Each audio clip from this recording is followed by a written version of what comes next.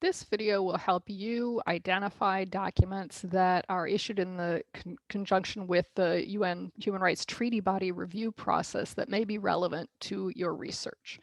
We will start with just one URL to get us started, and that's the URL you see up on your screen right now. That URL will take you to this webpage, which is the main webpage for the United Nations Human Rights Treaty Bodies. Treaty bodies are also referred to as committees, and you'll see on the right side links to the various committees or treaty bodies responsible for monitoring implementation of those treaties in the countries that have ratified them. So we'll select CCPR for civil and political rights as an example. And you can click on any of those links to any of the treaty bodies. It will take you to a similar page for each of the treaty bodies. And you're probably looking for country-specific information, so you can use the drop-down list to select the country you're looking for. We'll take Liberia as an example, and then select Go. And the nice thing about this search tool for country-specific information is it gives you all of the information for all the treaties that a country has ratified, not only the Human Rights Committee's treaty, which is the Covenant on Civil and Political Rights. So you see this list of all the treaties that have been ratified. Some of them have not been ratified, but are still on the list, like the CED. Convention. But for any treaty that the country has ratified, you can click the plus sign and it will give you the various reporting cycles that the country has been through for its compliance with that particular human rights treaty. And if you expand for the particular reporting cycle, you'll see various documents that may be of use for your research. First, at the top of the list is the state parties report. So this is the report by the government of Liberia to the Human Rights Committee about the Liberian government's compliance with the International Covenant on Civil and Political Rights. You can click through to read that document. Next, you'll have the list of issues. That's a document issued by the committee experts to the government of Liberia requesting additional information related to particular issues under the covenant.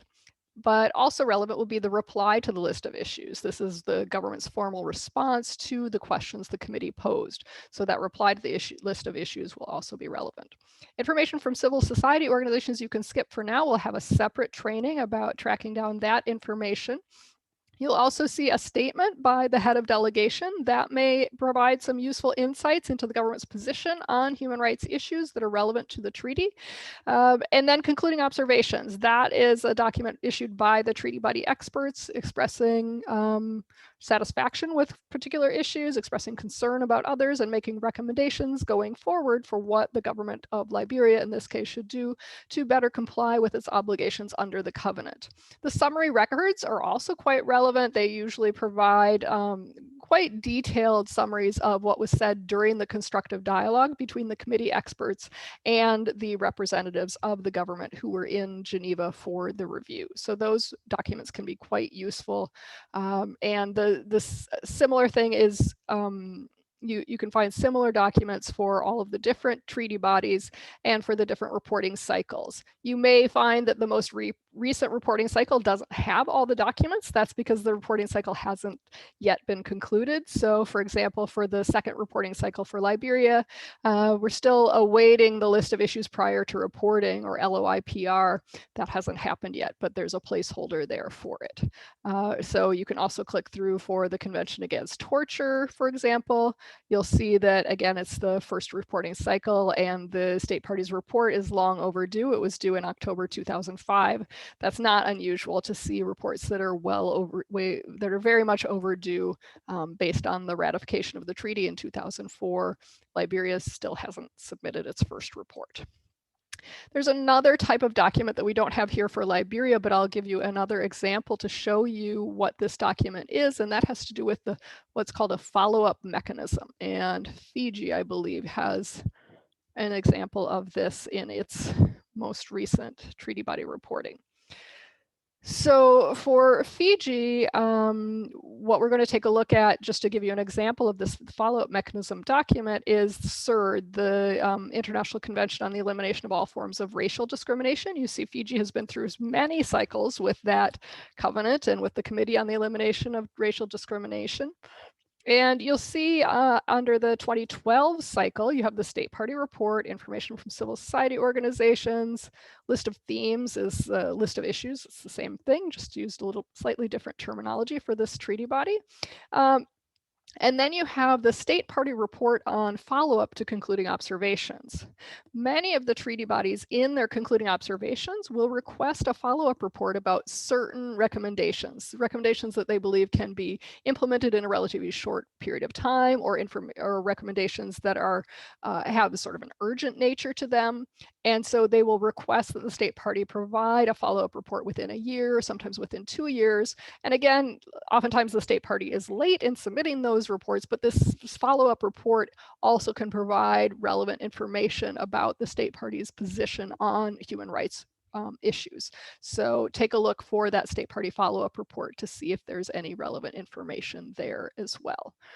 And here it looks as though, while there's a placeholder for it, it doesn't look like the document actually exists. Fiji may not have submitted that, but it's at least there's at least a recognition that it should be there at some point.